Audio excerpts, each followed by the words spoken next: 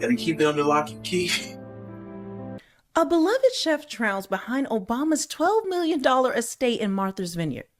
The story makes headlines for about 48 hours, then vanishes. The person who was paddleboarding with him, never identified. The laptop found at the scene, disappears from every official update. No autopsy photos, no footage, no answers. Just silence. Now rewind to Jeffrey Epstein, dead in a federal prison, his cameras malfunctioning, his guards asleep, his associates, Jean-Luc Brunel, found hanging in his own cell. Stephen Hoffenberger, another key figure, dead in his apartment. See the pattern there?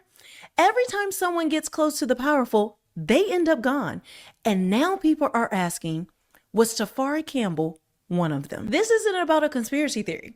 This is about a pattern, one that keeps repeating itself whenever someone on the inside, someone close to the elite, suddenly dies under bizarre circumstances. Tafari Campbell wasn't just any chef. He was Barack and Michelle Obama's personal chef, a man who cooked for presidents, a man who reportedly swam well and had access to one of the most powerful families in the world. On July 23rd, 2023, he went paddleboarding in a quiet pond behind the Obama's estate. But he never came back. They said he drowned in 8 feet of water, no life vest, no foul play suspected. And just like that, the case was closed.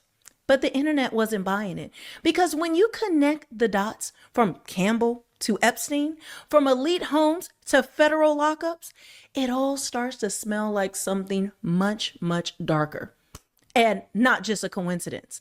Let's break it down piece by piece. Tafari Campbell wasn't just a kitchen staffer. He was a trusted insider, a man who had cooked in the White House under the Obama administration and continued working with them after he left office. He was known to be kind, humble, and well-liked by the first family.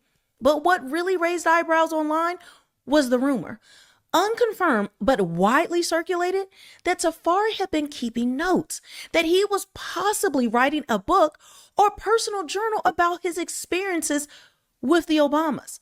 Some say it was just a passion project. Others believe it may have contained sensitive insights about the people he served.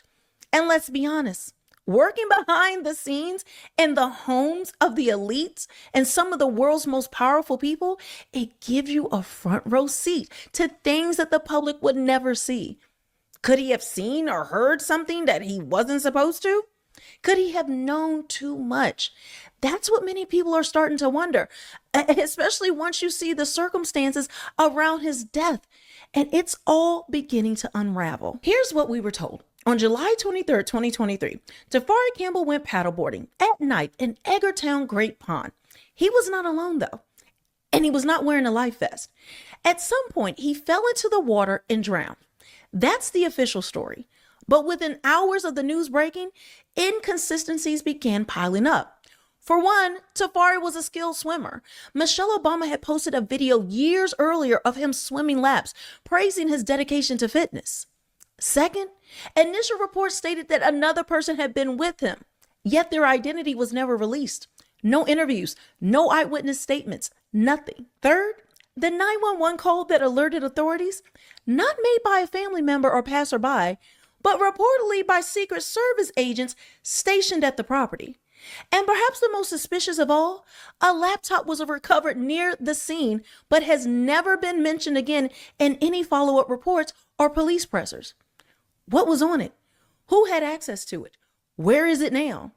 No one knows, or more accurately, no one's saying.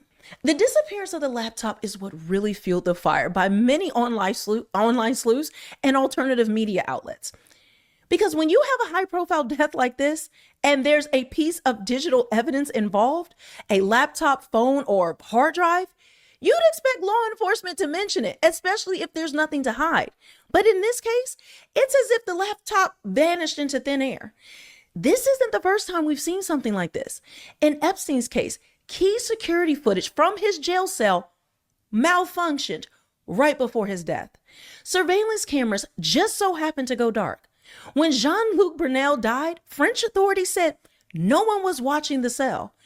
When it comes to digital evidence, whether it's surveillance videos, phone logs, or now a chef's laptop, it seems the more powerful the person involved, the more likely the record goes missing.